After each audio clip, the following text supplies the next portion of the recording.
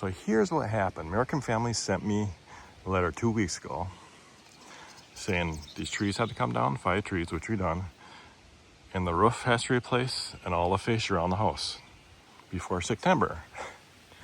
I'm just lucky that the contractors out here not that busy and had some time to start on this next week. So his equipment's here. He brought that, so he's gonna start Monday. It's gonna be like 95 degrees here Monday too. It's rare for Minnesota.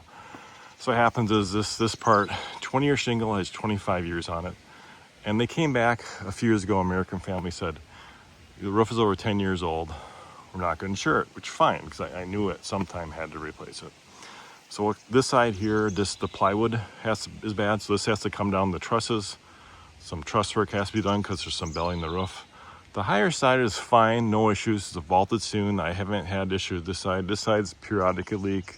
I was gonna do this next year, but now it's issues forced to get this done. It's a big roof. It's 55 square.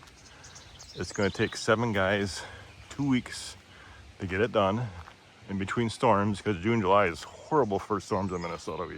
Like Monday, we got a really big, severe potential. So it's gonna look nice when it's done.